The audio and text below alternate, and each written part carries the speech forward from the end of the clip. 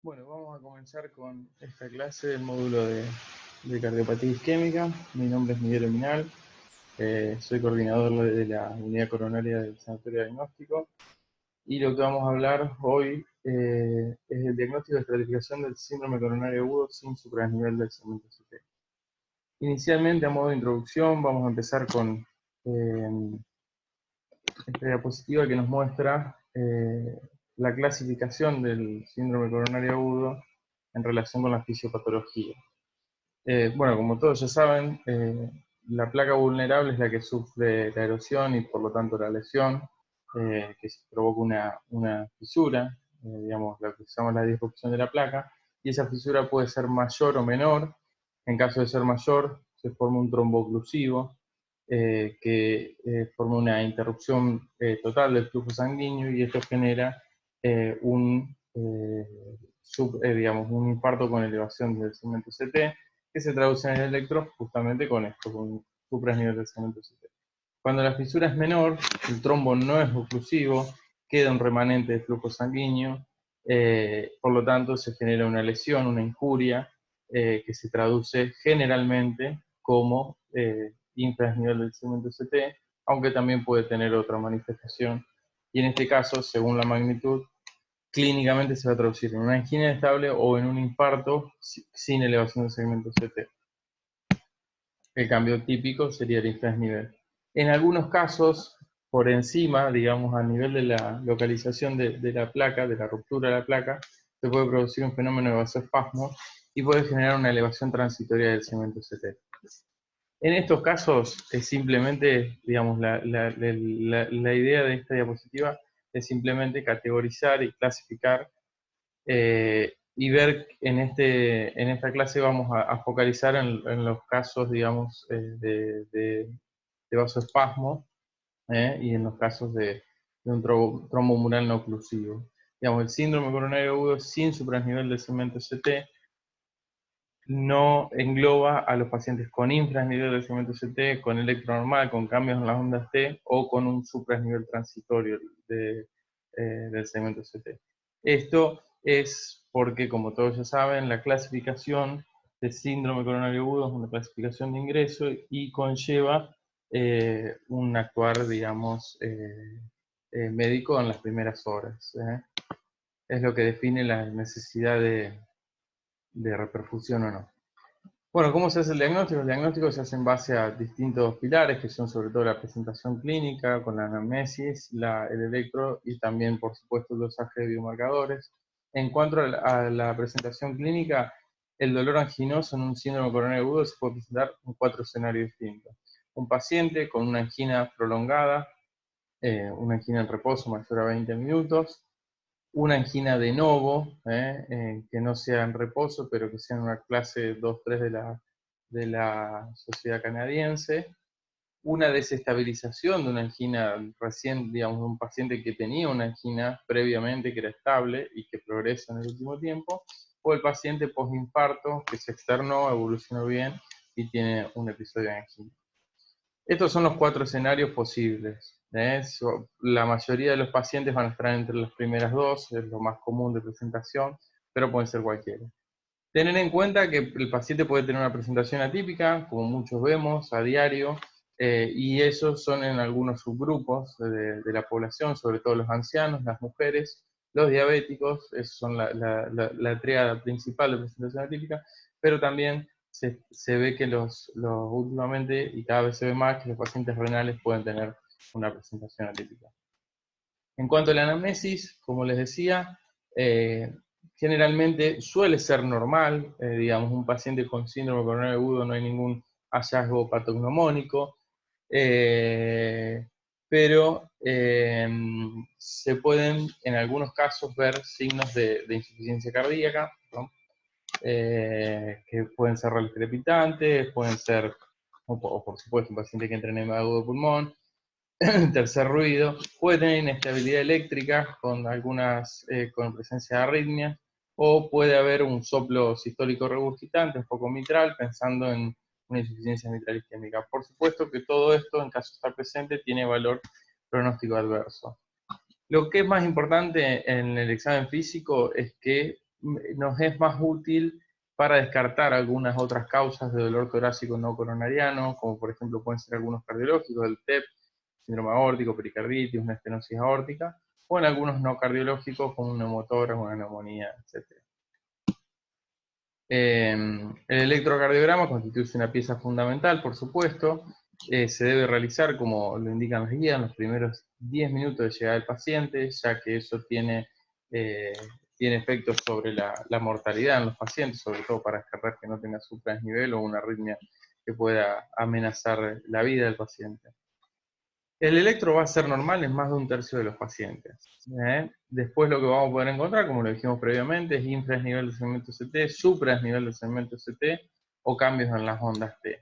Cabe recordar acá que el electro es más específico si es realizado en presencia del dolor y que los cambios también son más específicos cuando son dinámicos, o sea, tienen una dinámica evolutiva. Existen algunas alteraciones, sobre todo como infradesnivel del segmento CT o cambios en las ondas T que son específicos y que no responden digamos, a un sustrato isquémico. Si el electro no es concluyente y el paciente igual tiene síntomas típicos de isquemia, se puede considerar realizar derivaciones accesorias, como son las posteriores o las derechas. Si se puede, siempre es lo ideal, pero no siempre contamos con registros previos de electro del paciente. A veces no tenemos el registro previo, pero tenemos una descripción en la historia clínica o en una epicrisis, el paciente estuvo internado. Por eso es muy importante siempre informar bien el electro y escribirlo bien. Bueno, por supuesto que todos saben que el electro es poco útil en pacientes con bloqueo de rama izquierda o marcapasos dependientes. Pero fíjense la connotación y la importancia que tiene. Esto es digamos, un registro de 46.000 pacientes, son distintos registros y distintos estudios. Fíjense la mortalidad intrahospitalaria, cómo aumenta, digamos, según el paciente tenga o no cambios del ST. Por supuesto que son mayores cuando tiene supradesnivel del segmento ST, algo menor cuando es infradesnivel del segmento ST, y cuando no hay desviación del ST, se reduce.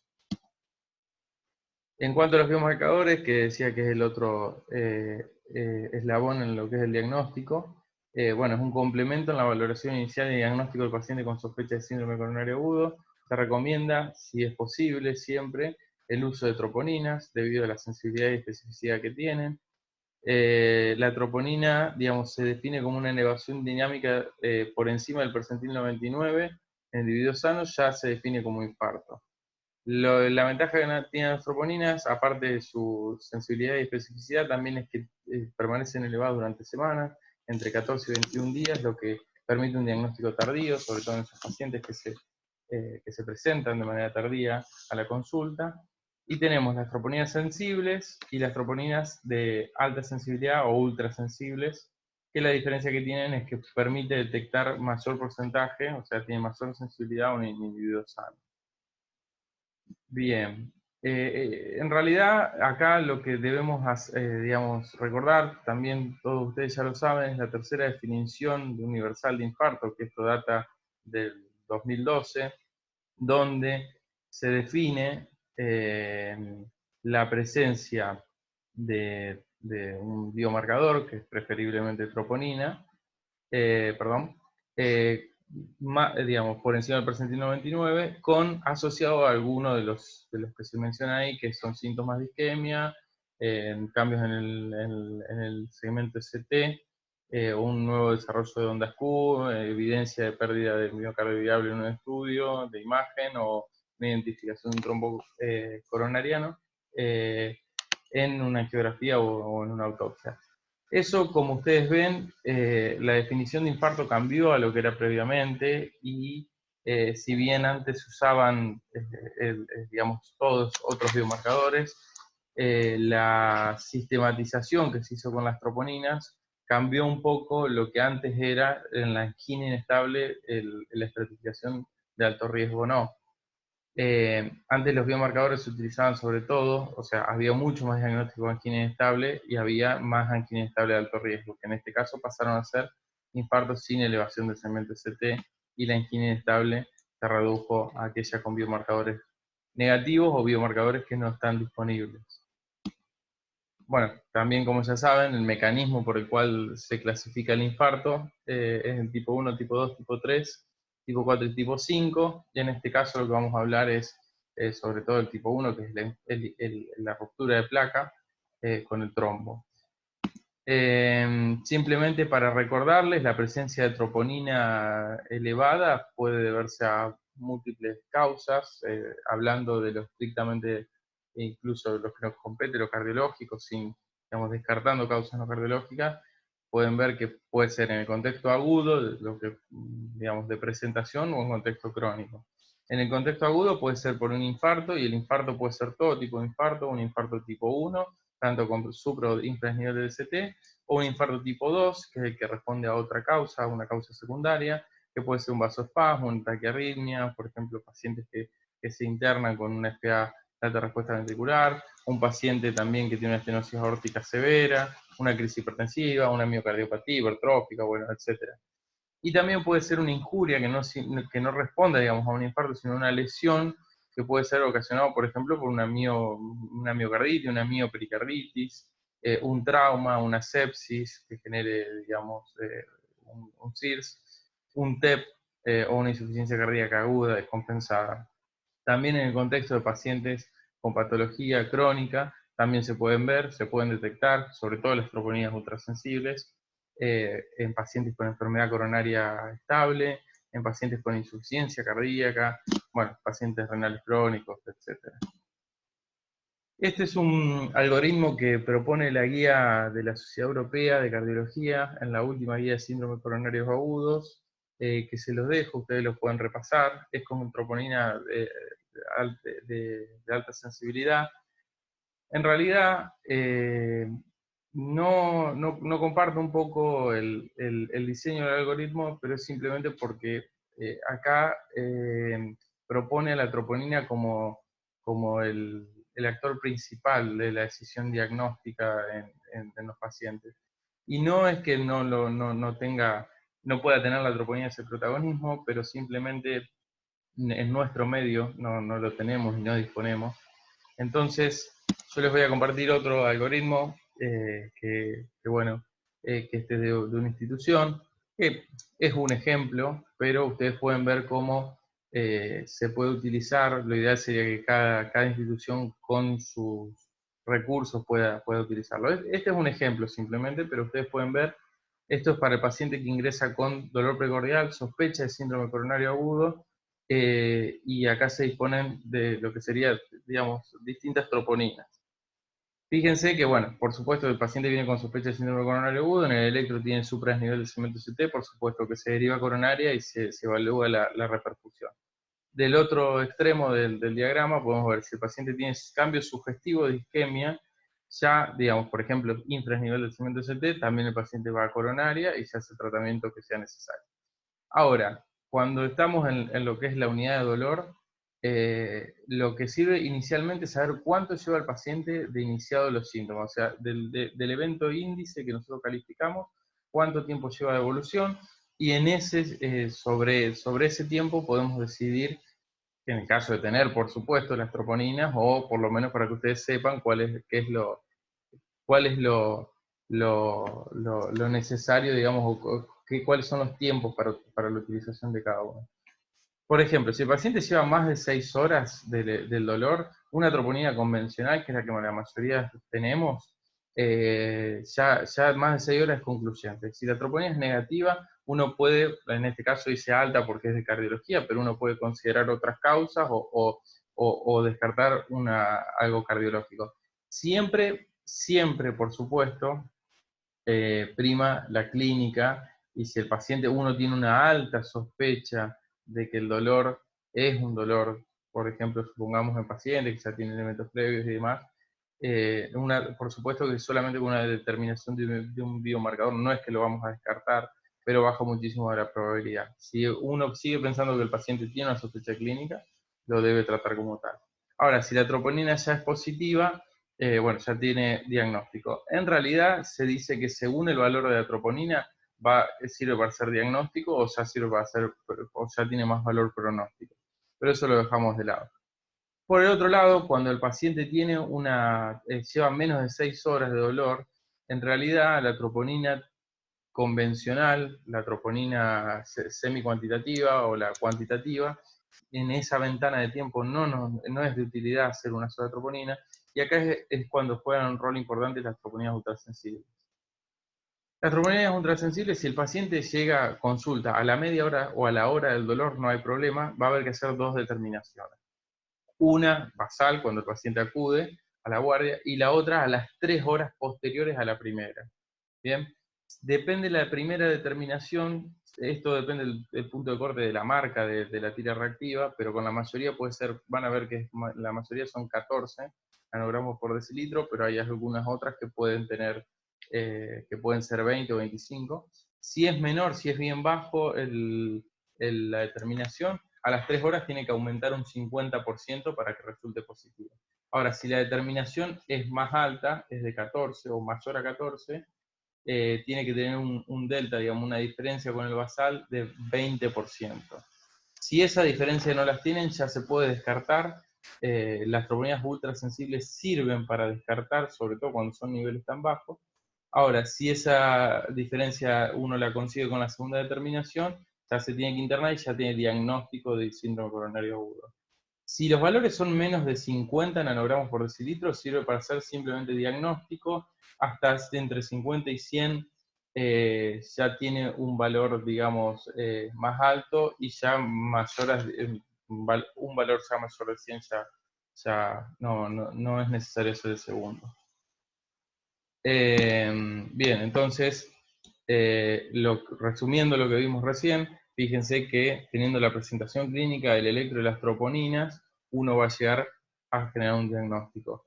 Dentro de estas variables que fuimos analizando, vamos a tener una amplia variedad, digamos, por ejemplo, en la presentación podemos tener un dolor totalmente incaracterístico, positivo que se reproduce con la dígito presión, hasta un paro cardíaco, por supuesto. El electro puede ser de un electro normal a un electro con cambios en el ST, infrasnivel o suprasnivel del ST. Las troponinas pueden ser negativas o pueden ser bien positivas o tener más de una determinación positiva. Eso nos va a llevar a descartar un dolor, digamos, que sea no cardíaco, una angina inestable, que sea cardiológico, pero otra, digamos, no un síndrome coronario agudo, o puede ser un infarto sin elevación o con elevación del ST.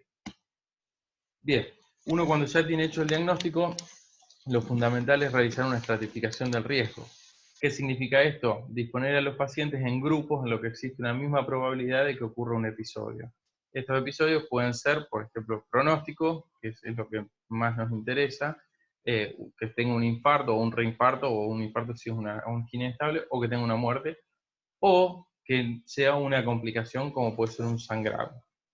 También la estratificación del riesgo, obviamente que es útil para facilitar la toma de decisiones con el paciente, para predecir un pronóstico y la probabilidad de complicaciones, y por supuesto que también es muy útil en lo que es la investigación clínica. Como habrán visto, digamos, si ustedes ven algún estudio o algún trial de pacientes con síndrome coronario agudo, cuando ven los criterios de inclusión van a ver que siempre los criterios de inclusión son pacientes de alto riesgo. Eso es para que tengan mayor probabilidad de eventos y, bueno, y el estudio tenga mayor poder estadístico. Cuando hablamos de estratificación de riesgo, ¿de qué estamos hablando? ¿El riesgo es de muerte o de reinfarto? Sobre todo si estamos hablando de riesgo de eventos cardiovasculares. Si hablamos de riesgo, también puede ser riesgo de sangrado. En este caso, primero vamos a ver lo que es el riesgo de eventos. La estratificación se puede hacer en 3 momentos distintos: al ingreso, cuando el paciente, digamos, en la presentación clínica, que eso va a ser justamente por lo que estuvimos viendo, el cuadro clínico, los antecedentes, el electro, biomarcadores, o utilizando distintos scores de riesgo, y eso nos va a ayudar a tomar una estrategia invasiva inicial o una estrategia conservadora inicial, que después puede ser invasiva o no. Después, durante la etapa evolutiva, uno también puede seguir estratificando al paciente, que va a evaluar la respuesta al tratamiento y puede, digamos, la presencia de nuevas complicaciones. Y, por ejemplo, si uno decide una estrategia conservadora inicial, puede después, según la evolución, optar por una estrategia invasiva. Y también puede hacer, en algunos casos, una estratificación prealta con lo que son los estudios, los test de inducción de isquemia, una ergometría, una cámara gamma o un ecoestrés, si el caso, por supuesto, que lo amerita, o en algunos pacientes puede ser, digamos, a los 30 días. Para hablar de la estratificación del riesgo al ingreso, vamos a ver lo que son algunos scores. Acá pueden ver, yo les voy a poner 3 ejemplos de los scores más utilizados. Este es el score americano de la Sociedad del American College y el American Heart. Cómo se evalúa el paciente según historia previa, el dolor, los hallazgos clínicos, el electrobiomarcadores. Esto sería lo que se categorizaría, como ven ahí, como un riesgo elevado, un paciente que tenga progresión de los síntomas en las últimas 48 horas con episodio en reposo, el dolor que sea prolongado, mayor a 20 minutos y que esté presente el ingreso, el hallazgo clínico que haya signos de falla de bomba, hipotensión o shock, y en el electro que tenga cambio dinámico del ST, un nuevo bloqueo de rama izquierda, una TB, una taquicardia ventricular sostenida y con biomarcadores elevados. Obviamente, la variabilidad de estas variables, valga la redundancia, es lo que nos va a llevar a que el riesgo sea moderado o riesgo bajo. Este es el ejemplo del riesgo elevado. El score de TIMI es un score que se usó durante muchísimo tiempo, ahora actualmente está un poco en desuso, todos lo deben conocer, digamos, también son 7 variables, de las cuales tiene edad mayor o igual a 65, la presencia de 3 factores de riesgo, de los cuales se cuenta la hipertensión, la diabetes, la glicemia o el tabaquismo, enfermedad coronaria previa, desviación del segmento ST, angina grave, que son más de 2 depresiones en las últimas 24 horas, consumo previo de aspirina en la última semana y biomarcadores positivos. Todos cuentan como un punto de la presencia de cualquiera de ellos y se estratifica en un TIMI bajo, intermedio o alto, según, como vemos en la tabla de la derecha. 0,1 es bajo, de 2 a 5 es intermedio y de 6 a 7 es alto. Y ese es el porcentaje que tiene de eventos intrahospitalarios y hasta las 2 semanas del alta. Por último, también mencionarles el score de Grace, que este sí es el más utilizado. Es un score que, si bien se puede calcular de manera manual, se utiliza una calculadora, un programa, digamos, que ahí les dejé la página donde están. También hay aplicaciones para usar en el celular. Tiene en cuenta distintas variables, a diferencia del TIMI tiene más en cuenta variables históricas y de presentación. Valores de laboratorio, valores de presión arterial y demás. Esta tablita que está a la izquierda es, si ustedes, digamos, si alguien lo quiere hacer manualmente, puede ver, digamos, de ir sumando los puntos, por ejemplo, edad, antecedente de falla cardíaca, antecedente de infarto, frecuencia cardíaca al ingreso, presión al ingreso, si tiene descenso del ST, si tiene, cuál es la creatinina del ingreso, la elevación de si tiene biomarcadores, y si tiene revascularización percutánea o no. Todo eso uno lo suma y según el score, según la sumatoria, va a tener el riesgo que tiene. Fíjense que en la gráfica de la derecha, fíjense la línea de puntos a medida que va aumentando el score, como va aumentando la mortalidad. Y se clasifica el score de Grace según el puntaje en también bajo, intermedio y alto. Bien, para mortalidad uno puede calcularlo para mortalidad intrahospitalaria o mortalidad a los 6 meses. Un score de Grace, el que se utiliza sobre todo más para la mortalidad intrahospitalaria, mayor a 140 es de alto riesgo. Este es un artículo que les quería comentar, que es simplemente una comparación entre el TIMI y el Grace. Y como ustedes pueden ver, el Grace tiene, digamos, una sensibilidad y una especificidad mucho mayor al TIMI. El área bajo la curva, como ven acá en los gráficos, es mucho mejor, tanto para si uno cuenta muerte de infarto o muerte de infarto y angina refractaria. Y aparte, lo que uno debe tener en cuenta es que, como les decía previamente, el TIMI es un score que tiene algunas limitaciones. Primero, tiene digamos, hace mucho hincapié en lo que son las variables históricas, o sea, lo previo del paciente. Y fíjense que de lo nuevo, digamos, de lo de presentación, lo único que contempla es biomarcadores y cambios en el electro. En cambio, el Grace, aparte de tener en cuenta variables históricas, tiene mucho más en cuenta variables de presentación. Así que, bueno, es por lo que más se lo utiliza. Y aparte también le da puntaje distinto a cada variable. Es lo que yo le decía al principio, fíjense que el TIMI, para el score TIMI, tener una edad de 66 años tiene el mismo peso que tener troponina positiva. O tiene el mismo peso venir consumiendo aspirina previa que un nivel de cemento CT, lo cual parece bastante descabellado. Bueno, tener en cuenta también que hay otras variables que no están contempladas en los scores, o que no están contempladas por ahí en todos los scores, que también son pronósticas. Fíjense, esto se los muestro simplemente a modo de ejemplo, pero este es un estudio publicado en la revista española, donde evalúa el impacto pronóstico de la insuficiencia cardíaca y la fracción de disección en contexto del síndrome coronario agudo. Fíjense cómo en los pacientes que tienen mala función, o sea, evalúan tener insuficiencia cardíaca clínica, que ya sabemos que es de mal pronóstico, pero en pacientes sin insuficiencia cardíaca clínica, el hecho de tener una depresión de la función tanto severa como intermedia impacta en el pronóstico. Y también otro estudio que también les dejo de referencia, si lo quieren buscar, es el valor pronóstico intrahospitalario del filtrado glomerular en pacientes con síndrome coronario agudo, aún independientemente de tener una creatinina normal.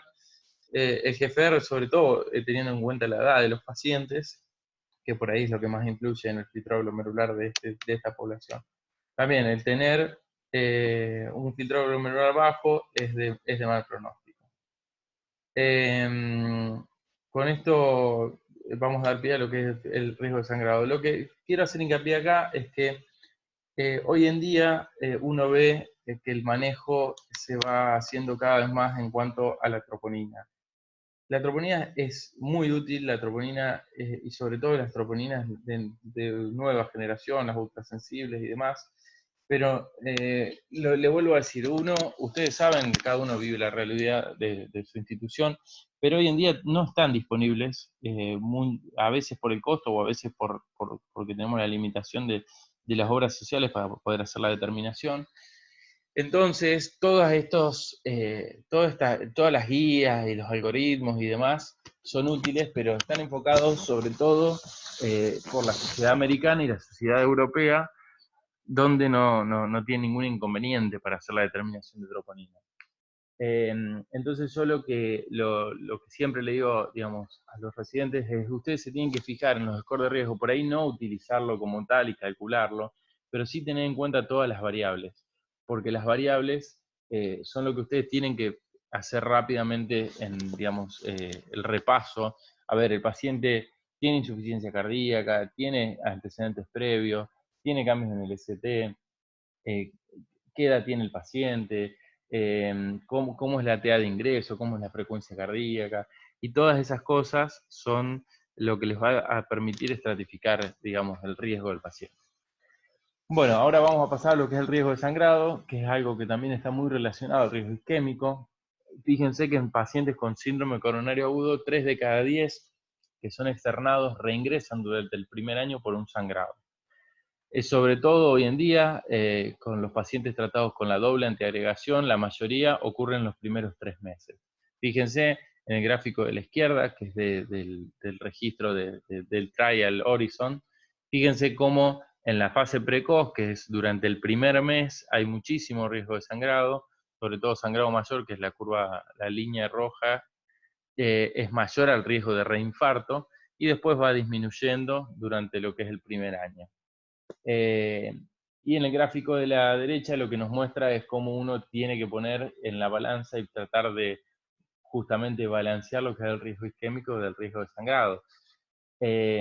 A mayor riesgo isquémico generalmente va de la mano del riesgo de sangrado, y sobre todo para reducir el riesgo isquémico nosotros vamos a utilizar drogas que vamos a ver más adelante, que son las que aumentan el riesgo de sangrado. Bueno, en cuanto a la mayoría de los sangrados ocurren, como decía, tras el alta hospitalaria, y muchos son de localización gastrointestinal. Fíjense que en la gráfica de la izquierda nos muestra lo que son los sangrados en los primeros 30 días, Obviamente la mayor magnitud de sangrados es por sitio de punción, pero eso es en la fase intrahospitalaria, y depende también del acceso que se utilice, la edad del paciente y demás, pero son más relacionados al procedimiento. En la gráfica de la derecha pueden ver que en el primer año los sangrados gastrointestinales, sobre todo altos, estómago y duodeno, son por acción de la doble antiagregación. De todos modos, la mayoría de los sangrados que tenemos son sangrados menores. Fíjense que en este registro, bueno, se usa la clasificación de Bark, que tiene 5 tipos de sangrado, de 1 a 5 va en severidad, por supuesto, y fíjense que el registro, lo que tenemos acá es que la mayoría son todos 1, y un poquito de sangrado tipo 2.